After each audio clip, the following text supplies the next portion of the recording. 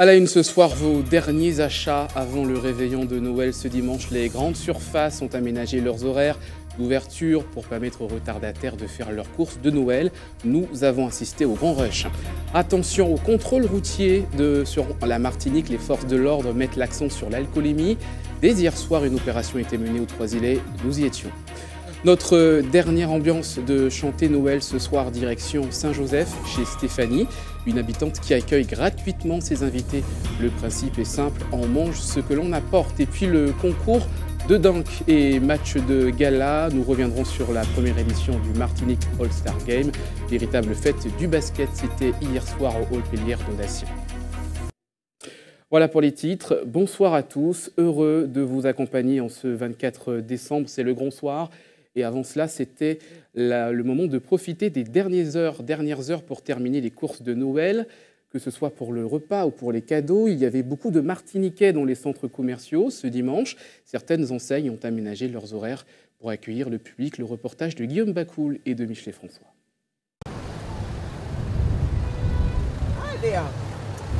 Difficile de trouver une place aux abords de ce centre commercial ce matin. Comme chaque année, à quelques heures du réveillon, les acheteurs de dernière minute se sont bousculés dans les magasins. Ah ouais, là c'est vraiment compliqué. Sur le parcours là, c'est vraiment compliqué. Je ne dirais pas le parcours du combattant, mais c'est toujours au dernier moment que tout le monde y va. Mais vous aussi d'ailleurs, vous êtes aussi, justement, je me suis fait piéger. À l'intérieur, allées et rayons sont aussi bondés. Qu'on soit venu à la recherche d'un cadeau ou des ingrédients d'un bon repas, il faut s'armer de patience.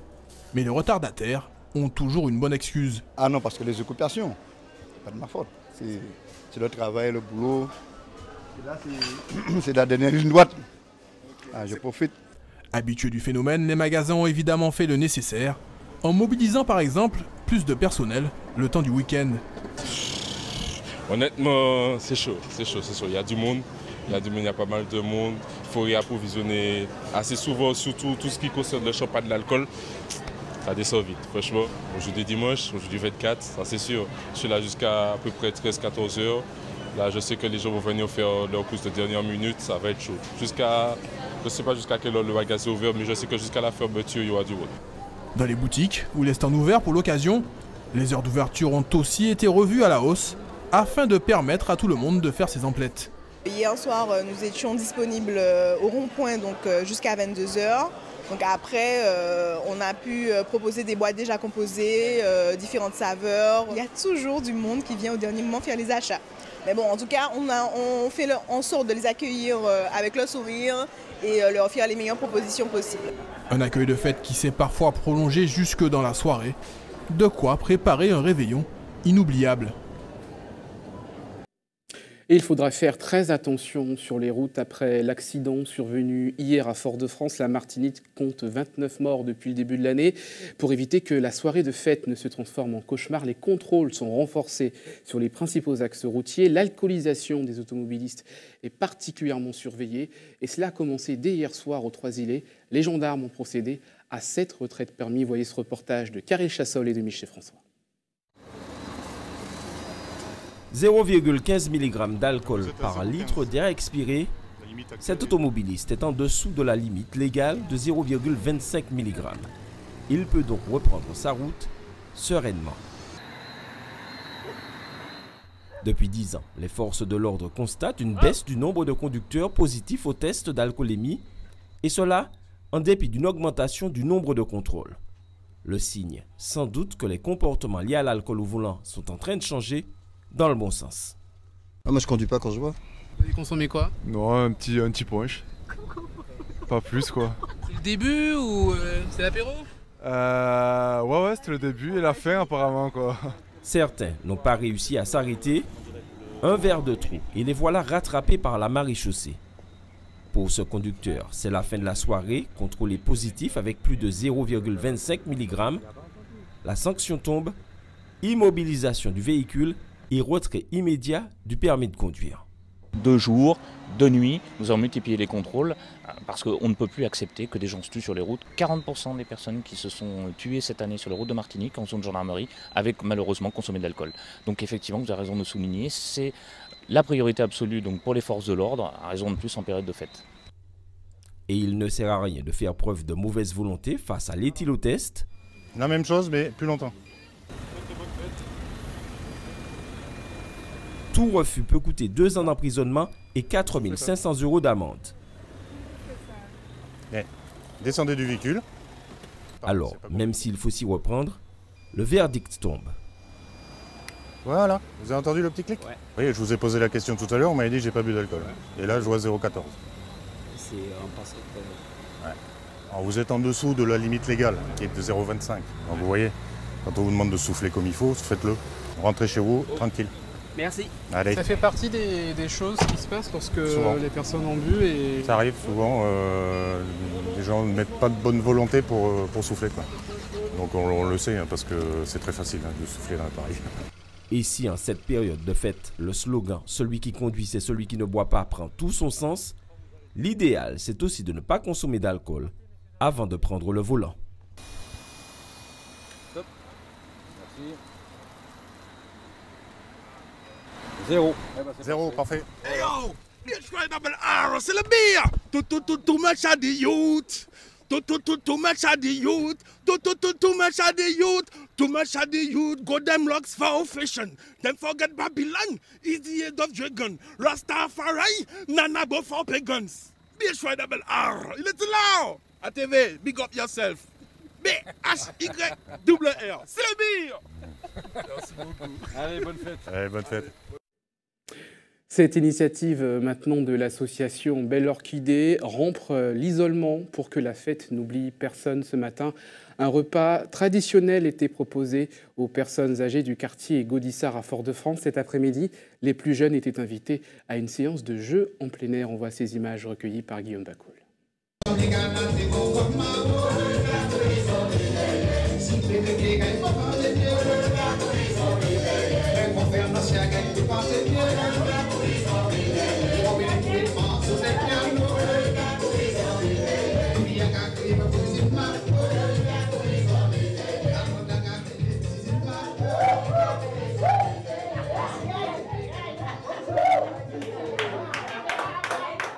Où l'association se situe, c'est dans une résidence où il y a quand même pas mal de personnes âgées. Donc nous sommes quand même en relation avec ces personnes et nous savons que ces personnes sont seules. Donc lorsque nous avons recensé celles qui étaient présentes en ce jour de 24, on a vu quand même qu'il y avait un bon nombre de personnes. Donc on se refusait de les laisser, en tout cas, seules dans leur maison. Donc on s'est dit qu'on partage au moins un repas avec eux.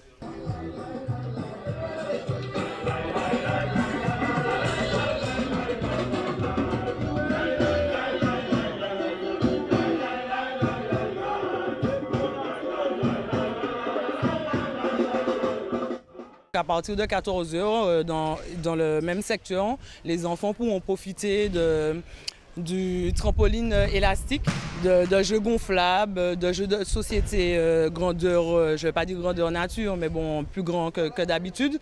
Et tout cela gratuitement, c'est la Noël.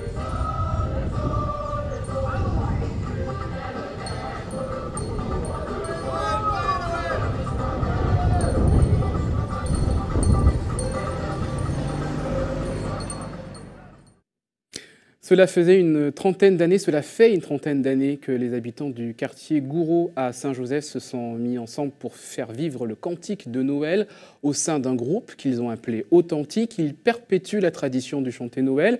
Rien à payer, c'est le partage qui est la règle, un moment exceptionnel qu'ils vivent chez Jeannette, un moment de joie et de bonheur partagé avec Camille Joseph. Regardez son reportage.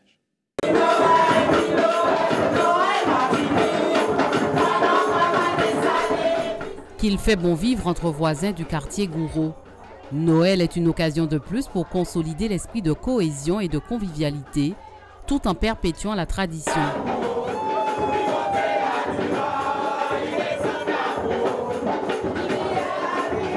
Notre groupe, c'est les gens du quartier, hein?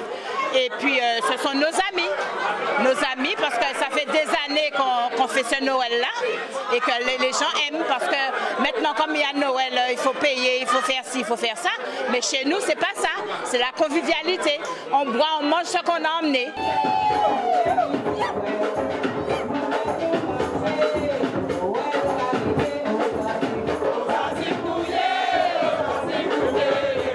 Pour participer à la fête, il n'est pas question de formalité particulière. Pour intégrer la grande famille du groupe authentique, la joie, la bonne humeur suffisent. C'est ainsi que la tradition se perpétue de génération en génération. Je m'en reste là, je ne pas tenir rien à faire, je parti le messe minuit et puis je vais monter, je trouve tout le groupe là calé, je montre à Donoussa, je vais accepter moi, je chante et puis les années après s'intéresser moi, je monte en tambour. De 17 ans que je suis avec ce groupe là, mon fils qui est DJ, j'étais enceinte, il est né dedans. Une tradition du cantique Bocaille que Jeannette et Jean-François ont vécu et qu'ils tiennent à préserver pour la plus grande joie du voisinage et des amis, adeptes de cette belle ambiance à quelques heures de Noël. Maman nous et puis papa nous apprend nous cantique. C'est de porte à porte, c'est un bail partage. On ne peut pas aller ou payer cantique. Mais non, chaque monde a des cérémonies pour nous faire un bel cantique. C'est comme ça que ça va passer. Et si nous faisons tradition au pays, mais ça va vivre à terme. Regardez ce gros groupe là venir. Je vais quitter ça pour jump pour faire cantique Bocaille. C'est cantique Bocaille qui a mené. Ça bien convivialement, je sors de la France et puis voilà, on profite. Quand on sort de la France, il y a la foi, ici on profite bien. Et ce soir, le quartier n'ira pas au lit. De maison en maison, les Joséphins de Gouraud passeront pour une ribote qui ne s'achèvera qu'au lever du soleil.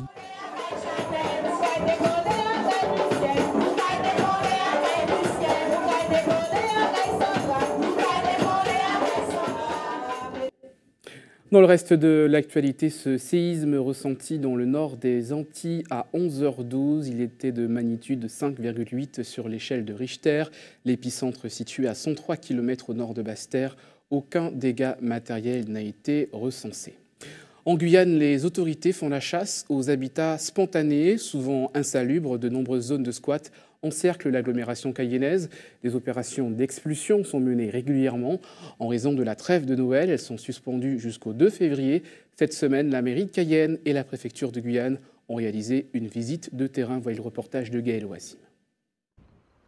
Des conditions de vie difficiles, ces habitations souvent insalubres, couvertes de tôles et de bois, sans accès à l'eau et l'électricité. La municipalité de Cayenne avec la préfecture de Guyane était en visite dans différents squats de la ville capitale. Donc il y a toute une série de squats qui existent dans Cayenne et moi je demande justement l'accompagnement de l'État parce que vous le savez, tout ce qui concerne les familles irrégulières ne relève pas de ma compétence. Donc je crois que c'est une opération croisée avec l'État et ce matin je compte demander à monsieur le préfet d'organiser une rencontre intercommunale parce qu'on sait bien que quand on démolit un squat, eh ben, les squatteurs se déplacent vers un autre squat et puis une fois qu'on aura fini avec les squats de Cayenne, eh ben, ils vont partir dans les autres communes avoisinantes. Donc je crois qu'il faut quand même commencer à régler le problème. Les citoyens en ont marre, ils sont exaspérés et je les comprends puisqu'on sait bien qu'il y a des conséquences de nuisances sonores, nuisances olfactives, vol d'énergie, voilà, les gens n'en peuvent plus. On dénombre plusieurs centaines de familles dans les squats de la cité Olisette, Le Blanc et le lieu-dit Zénon, dont la plupart en situation irrégulière sur le territoire. Une procédure est d'ores et déjà en cours pour l'évacuation de ces habitats. Aujourd'hui, nous visitons des squats qui seront évacués dans la mesure où les procédures aboutiront. Je vois et je constate que sur les deux derniers, les procédures aboutiront le 2 février et pas avant. Donc je ne vois pas intervenir avant le 2 février. Les solutions de relogement se font. Et nous ne relogeons que les gens que nous devons reloger, premièrement. Il est évident que si je loge tous les étrangers en situation illégale et ceux qui sont venus la veille, évidemment, je n'apporterai aucune solution parce que je n'en aurai pas les moyens. Et il est hors de question pour moi que je crée un système qui alimente encore l'immigration clandestine. Je ferai ça avec humanité. Ceux qui doivent être logés le seront, bien évidemment.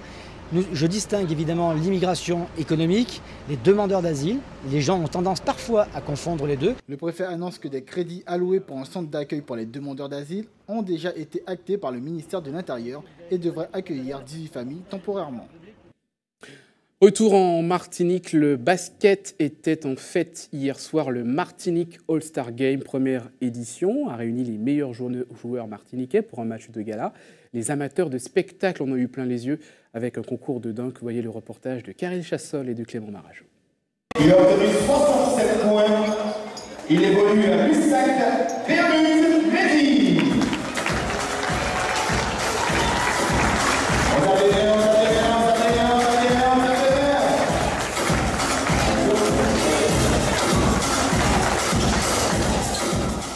Pour ce premier Martinique All-Star Game, la Ligue martiniquaise de basketball a voulu mettre les petits plats dans les grands.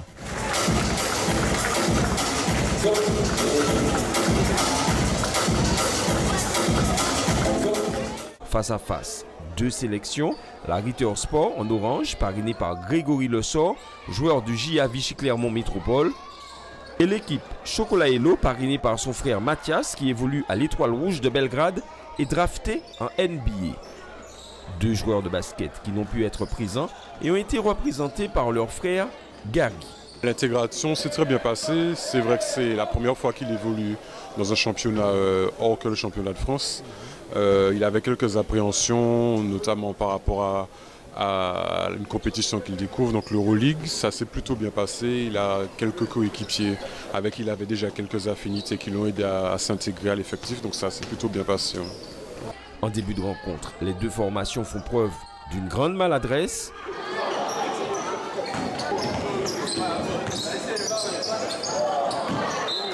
Avant que Johan Téleste d'un côté ou encore Francis Donat de l'autre ne règle la mire.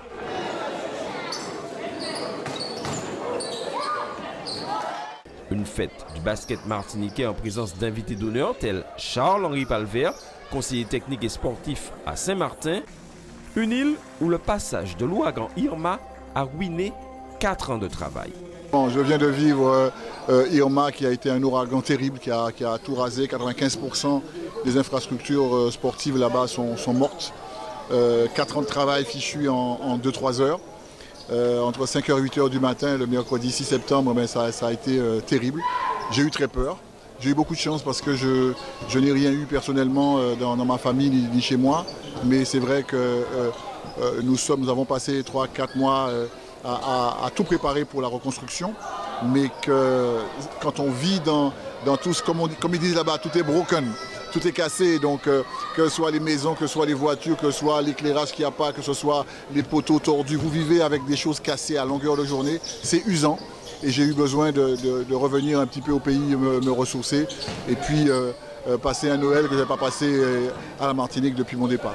Au final, ce premier Martinique All-Star Game revient à l'équipe Chocolat Hello avec en son sein Nicolas Napol ou encore Johan Téleste. Elle s'impose sur le score de 100-95.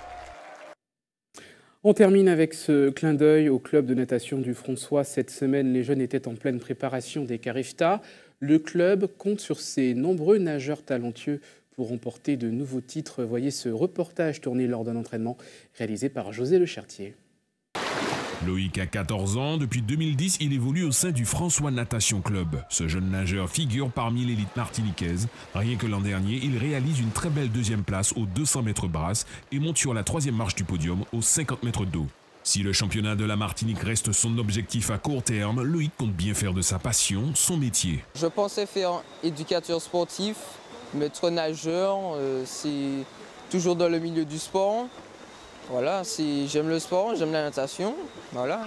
Commence par 50 crawl plus 104 nages. Tu fais ça 3 fois sans t'arrêter. Tout comme Loïc, Candy, Anthony et Noah s'entraînent activement dans le but de décrocher une médaille d'or lors des prochains Carifta 2018 à la Jamaïque et bien sûr représenter la Martinique lors des championnats de France. Un sacrifice auquel se prêtent bien volontiers ces graines de champions. Tous les jours, je nage de 17h30 à 20h. Et des fois, c'est un peu lourd pour les devoirs et tout, mais comme j'aime ça, je fais et j'y vais à fond. On s'entraîne quand même 6 fois par semaine, une fois par jour quand même, mais c'est quand même assez dur, les entraînements assez intensifs et les temps de départ sont quand même serrés. Mes objectifs sont aller au Carifta et peut-être faire des podiums là-bas.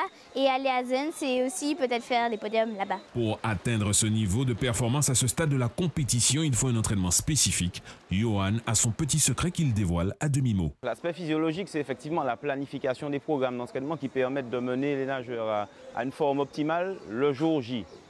Et l'aspect technique, qui effectivement qui permet aux nageurs d'être efficients, c'est-à-dire d'avoir une économie de nage et qui leur permet également d'être efficaces.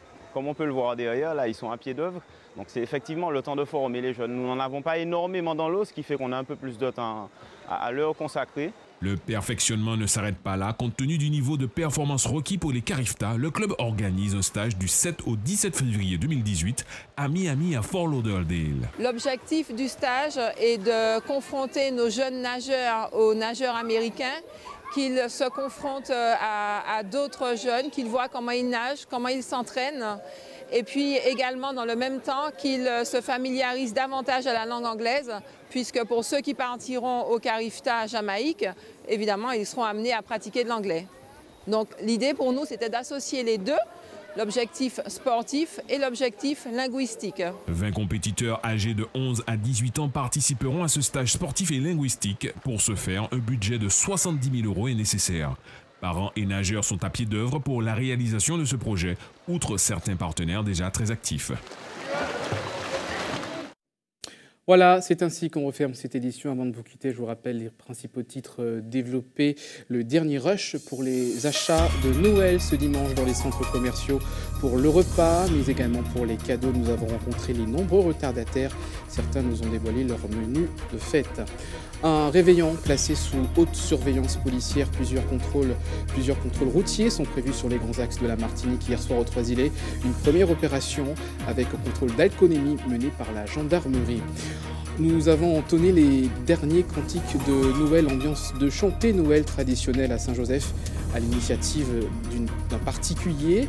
Chanter Noël gratuit et ouvert à tous. Et puis il était question notamment de sport avec le Martinique All-Star Game en basket, en concours de dunk et des matchs de gala organisés hier soir au hall Pélière Donatien.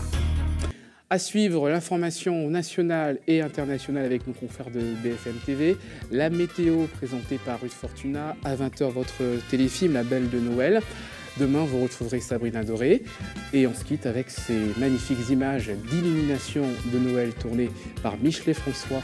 Je vous souhaite de passer un excellent réveillon sur ATV Martinique.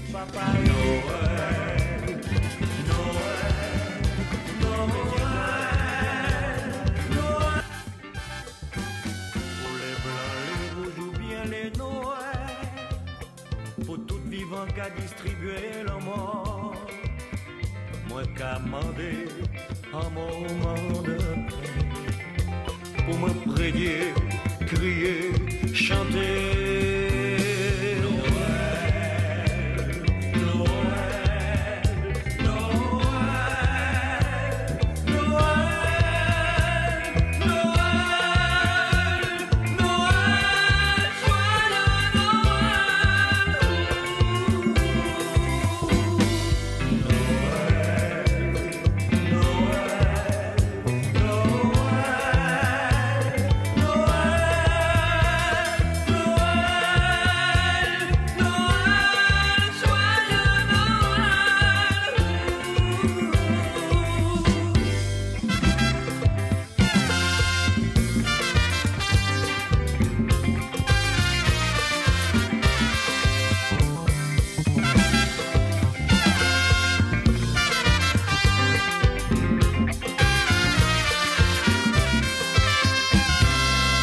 Papa et pour toute maman.